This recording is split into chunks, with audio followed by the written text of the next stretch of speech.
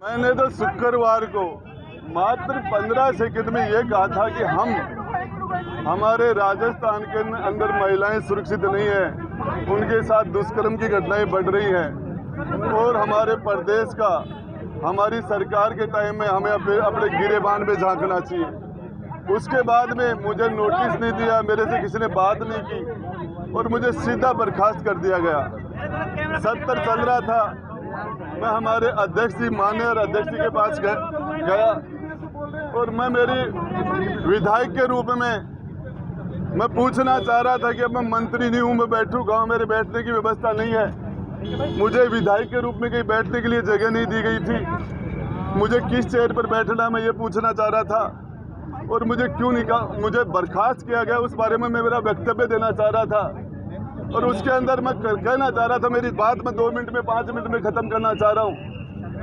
अध्यक्ष जी ने मुझे बोलने की इजाज़त नहीं दी। इसके बीच में धारीवाल जी ने बोलना शुरू किया। मैं धारीवाल जी को कहा, साहब मैं बोलना चाह रहा हूँ। मुझे सदन से बर्खास्त किया गया है और महिलाओं के इशू पर बर्खास्त किया गया है। मेरे क्षेत्र की एक लड़की बच्ची 20 साल की प्रियंका का 2 दिन पहले गला रेत कर हत्या कर दी गई। दूल्हे और दुल्हन को गोली मार दी गई मेरे क्षेत्र में। हमारे रोज दुष्कर्म के कीर्तिमान स्थापित हो रहे हैं। मैं इस घटना से आहत था। मैं इस घटना से आहत था। मैं इसके ऊपर बोलना चाह रहा था। मेरे ऊपर चार्ज लगाए गए कि मैं बीजेपी से मिला हुआ हूँ। मेरे ऊपर चार्ज मुझे कहा गया कि मैं माफ़ी मांगू। मैं पूछना चाह रहा था, मैं किस सब्जेक्ट की माफ़ी मांगू? मैंने कौन सी गलती की है? मेरी गलती क्या है? मैं किस चीज़ की माफ़ी मांगू? मैंने 2008 में आपको 6 MLA लाके दिए। 2018 में मैंने आपको फिर आपकी लंगड़ी सरकार को मैंने मजबूती दी। आपकी सरकार के संकट में मैंने आपका साथ दिया। राज्यसभा के मेंबरों में मैंने हर बार हम आपके पैनल से जीत के नहीं आए थे। हमने आपको राज्यसभा में 1 नहीं 2 बार नहीं 6 बार वोट दिया है। हमने पिछले कार्यकाल में इनको वोट दिया, इस कार्यकाल में वोट दिया और उसके बाद आज वो मेरे ऊपर चार्ज लगा रहे हैं कि मैं बीजेपी से मिला हुआ हूँ। मैं बताना चाह रहा हूँ इन सारे लोगों को किस तरीके से कांग्रेस के नेताओं के ऊपर फिल्में बन रही हैं। मेरे पास वो डायरी थी, वो डायरी मेरी छीन ली गई। मेरे साथ इन्होंने सारे के सारे 25-50 लोगों ने एक साथ मेरे ऊपर हमला कर दिया। मेरे गुस्से मारे, धक्का मारा, लात मार के मुझे नीचे पटक दिया और फिर मुझे मार्शलों ने नहीं, मुझे कांग्रेस के लोगों ने, कांग्रेस के मंत्रियों ने मुझे घसीट के बाहर निकाला। मार्शल तो आए ही नहीं थे तब तक। और उसके बाद मैं तो सिर्फ यही बात कहना चाह रहा था, हमने अशोक गहलोत जी का चेहरा देख के इनको समर्थन किया था। इन्होंने इनकी रिक्वेस्ट पर इनके शामिल हुए थे। गहलोत साहब वो डायरी का आधा पार्ट आपके विधानसभा में गुंडागर्दी करके मेरे से छीन लिया और आधा पार्ट मेरे पास अभी और है। इस पार्ट के अंदर आपके सारे काले कारनामे जो लोगों ने आपने विधायकों को खरीदा, किस MLA को राज्यसभा में आपने निर्दलीयों को क्या क्या दिया, किस को प्रलोभन दिया, क्रिकेट के चुनाव में आपने क्या क्या काले कारनामे किए पैसे दे के, वो सारी चीजें अभी खुलासा मैं आगे भी करूंगा। मेरी डायरी इनसे मेरे से अमीन खान ने, रफीक ने, कितने दिन के लिए निकाला? अब मुझे पता ही नहीं, मुझे तो मार्शल ने नहीं निकाला, इन सारे लोगों ने मुझे। अब कौन से मंत्री शामिल थे? कार्रवाई भी कर सकते हैं, मुझे खिलाफ कांग्रेस कार्रवाई कर सकती है। देखिए, जेल जाने के लिए मेरे झूठे मुकदमे लगाए गए। मैंने तो एक महिला की 2 बेटियों की शादी थी, मेरी जेब से 3,84,000 रुपए मैंने देके उसकी बच्ची की शादी कराई और ये मुझे मेरे मुकदमा लगाया मेरे अपहरण का। मैं इनका मंत्री था तो मुझे गिरफ्तार कर लेते, अभी भी मुझे गिरफ्तार करते हैं तो मैं इनका वेलकम करता हूँ। इनकी माँ ने दूध पिलाया है तो ये मुझे गिरफ्तार करे। राजस्थान की जनता, राजस्थान की सड़कों पर इनका निकलना मुश्किल हो जाएगा 2023 के दिसंबर में। गुड़ा जी, इतना सब कुछ आपके साथ हुआ तो आप लाल डायरी के जो तथ्य हैं वो आप छुपा क्यों रहे हैं? आप किसका इंतजार कर रहे हैं? मैं मेरी डायरी में टेबल करना चाह रहा था।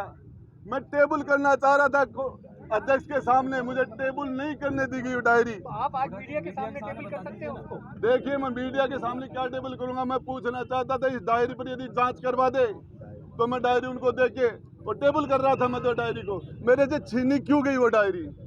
मैं तो अध्यक्ष जी को टेबल करना चाह रहा था। जिस तरीके से इन्होंने मेरे साथ लात घुसे मारे, मुझे जमीन पर गिरा दिया गया। कम से कम 25 से 30 लोग मेरे ऊपर पड़ गए एक साथ। मुझे नजर ही नहीं आ रहा था, मेरा दम घुट गया था इन लोगों ने। ये भी छीन लेंगे आपसे फिर? मेरे छीन लेके तो मैं लड़ूंगा, जनता के बीच में जाऊंगा। आप मीडिया चौथा स्तंभ है लोकतंत्र का। नहीं तो मीडिया को दिखाइए ना, आप क्या है इसके अंदर जारी बताइए क्या है देखिए वो उनसे पूछो तो बताइए। वो डायरी उन्होंने मेरे से क्यों छीन ली? वो डायरी वो छीनना नैतिक था क्या? इसमें क्या है वो बता दीजिए। वो मैं बता दूंगा अभी। क्या क्या कौन कौन से नाम है? में जाऊंगा, कौन कौन से नाम आऊंगा। कौन कौन से नाम है इसमें? कौन कौन से? एक तो नाम आप बताना चाहेंगे? एक तो नाम बताना चाहेंगे, बड़े नाम। अशोक जी गहलोत के थ्रू है। अशोक जी गहलोत है और कौन है? फाइनेंस वो है, होम वो है, सीएम वो है, सारा सिस्टम उनके पास है। बाकी क्या है? बाकी तो ये सारी लिखी किसने थी? धर्मेंद्र राठौड़। धर्मेंद्र जी राठौड़ ने लिखी है, पता है सबको। 9वीं मंजिल पे मुझे बली का बकरा जाके बोले गुड्डा तू ये डायरी नहीं लाएगा तो ये कर देंगे, वो कर देंगे, ये हो जाएगा। मैं बताना चाह रहा हूँ, मैं राजस्थान की राव सेखा का वंशज हूँ। हमारी 3 पीढ़ियां एक साथ कट गई थी रड़ावता में महिला के सम्मान के लिए। मैं कोई भी कुर्बानी देने के लिए तैयार हूँ, कोई भी। हमारी माता बहनों ने मुझे यहाँ चुनकर भेजा है, या बढ़वागिरी करने के लिए नहीं भेजा। हम मुझे भेजा तो या महिलाओं के साथ उसकी अस्मत के साथ सौदा करने के लिए नहीं भेजा। मैं मीडिया के द्वारा मांग करता हूं कि कांग्रेस के मंत्रियों का डीएनए कराओ, राजेंद्र गुड्डा का डीएनए टेस्ट करा लो, नार्को टेस्ट करवा लो। नार्को टेस्ट में पता चल जाएगा तो दुष्कर्म करने वाले लोगों में इनमें कोई फर्क नहीं है। इनके पास सत्ता है इसलिए वो दुष्कर्म कर जाते हैं, दूसरे लोग पकड़े जाते हैं। राजेंद्र गुड्डा का भी नार्को टेस्ट कराओ। राजेंद्र जी, अब हमने देखा आपको अंदर जो सुरक्षा कर्मी है वो जाने नहीं दे रहे विधानसभा के भीतर, तो अब आप जा नहीं पाएंगे। अब आपका क्या अगला कदम है? देखिए इसमें मैं लड़ाई लड़ूंगा, पब्लिक में जाऊंगा, आपके पास आऊंगा, तो हो सके जहाँ जा ये लड़ाई। मुझे कहा गया कि तू माफी मांग ले। मैंने कहा क्या? कहा आपको माफी मांगने? मुझे रंधावा जी तो आपके चैनल के थ्रू कह रहे माफी मांग ले, बाकी on the record of the record सारे लोग कह रहे माफी मांग ले। क्या गलती की है मैंने? एक मेरा सवाल है गुड्डा जी, आपने इतना कुछ बोला, आपसे ज्यादा तो सरकार के खिलाफ सचिन पायलट आ गए थे, लेकिन वो अभी अंदर हैं, आप बाहर हो। देखिए मैं उससे कुछ नहीं बोलना चाहता। राजेंद्र गुड्डा अपनी लड़ाई खुद लड़ेगा और इस लड़ाई के अंदर मैं आपको मीडिया को विश्वास दिलाना चाहता हूँ कि किसी भी कीमत में बैक नहीं हूँगा।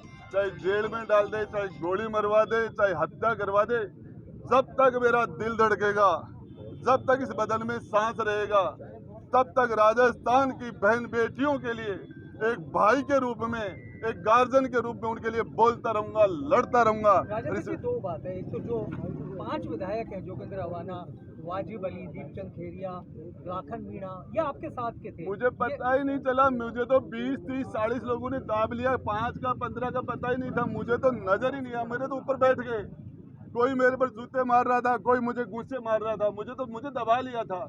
और विधानसभा का मोबाइल है वो तो यूट्यूब वो भी बंद कर दिया गया था जिस टाइम वो मेरे साथ मारपीट कर रहे थे। मंत्रियों ने आपके लात घोंसे मारे, कौन से मंत्री थे जिन्होंने लात मारी? कौन से मंत्री? धारीवाल ने लात मारा मुझे। अच्छा, वो तो बुजुर्ग हैं आपसे, तो आपसे अरे लात मारने में बुजुर्ग नहीं मार सकता क्या लात?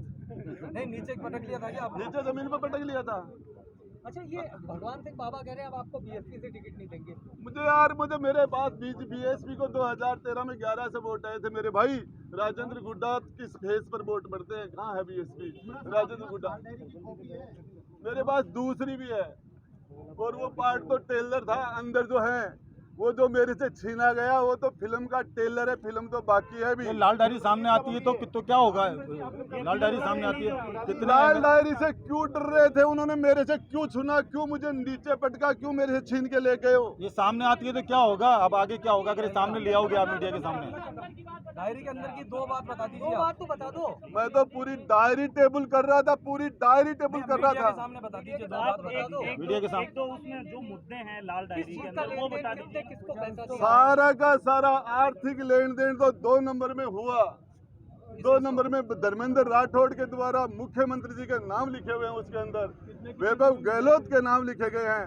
और क्रिकेट के चुनाव के अंदर किसको पैसे कैसे दिए, राज्यसभा में कैसे दिए, सरकार के संकट में किस किस एमएलए को कितने कितने पैसे दिए, किसके द्वारा दिए पैसे, आया कहाँ, पैसा गया कहाँ, सब कुछ था उसमें। तो तो ये सामने आएगी तो क्या फर्क पड़ेगा सरकार को? नाम तो बता दीजिए, डायरी में जिनके एक नाम दो नाम बता दीजिए। मेरे पास पार्ट है, बता रहा हूँ ना नाम। नहीं, जिनको पैसे पैसे मिले उनके नाम। अब मैं बता दूंगा, देखिए कितने मिले, किसके से मैं टेबल करना चाह रहा था, उसको टेबल ये करना लेन देन चाह रहा कितने का होगा, डायरी में कितने का लेन देन होगा आपको एक अंदाजन? था। कोई लाख 2 लाख 10-20 लाख का नहीं था, 2-5 करोड़ का नहीं था, उसके अंदर 100-200-500 करोड़ का लेन देन था। दूसरा मेरे पास हो रहा मुन्ना जी बताइए, लाल डायरी आपको मिली किसने कहा था आपको लाल डायरी लानी, किस वजह से, कहाँ है। हमारे विधायक दल की मीटिंग चल रही थी, मुख्यमंत्री जी ने मुझे कहा, गुड्डा मेरी जिंदगी का सवाल है, किसी भी कीमत पर ये डायरी निकाल के ला, किसी भी कॉस्ट पे निकाल ला। और मैं गया, मेरे साथ 2 लोग और भी थे, वो मना कर देंगे अभी, आप सबको पता है, रामलाल जी भी थे, वहाँ लाठी चार्ज भी हुआ, वहाँ वो धीरज गुजर भी था, लाठी में धीरज गुजर। ये धर्मेंद्र राठौड़ के सिविल लाइन्स में उसका जो सोमदत्त अपार्टमेंट के अंदर 9वीं मंजिल और 8वीं मंजिल पर हमने गेट तोड़े थे, हमने जालियां काटी थी, उसके बाद डायरी को निकाला। उनकी आवाज पर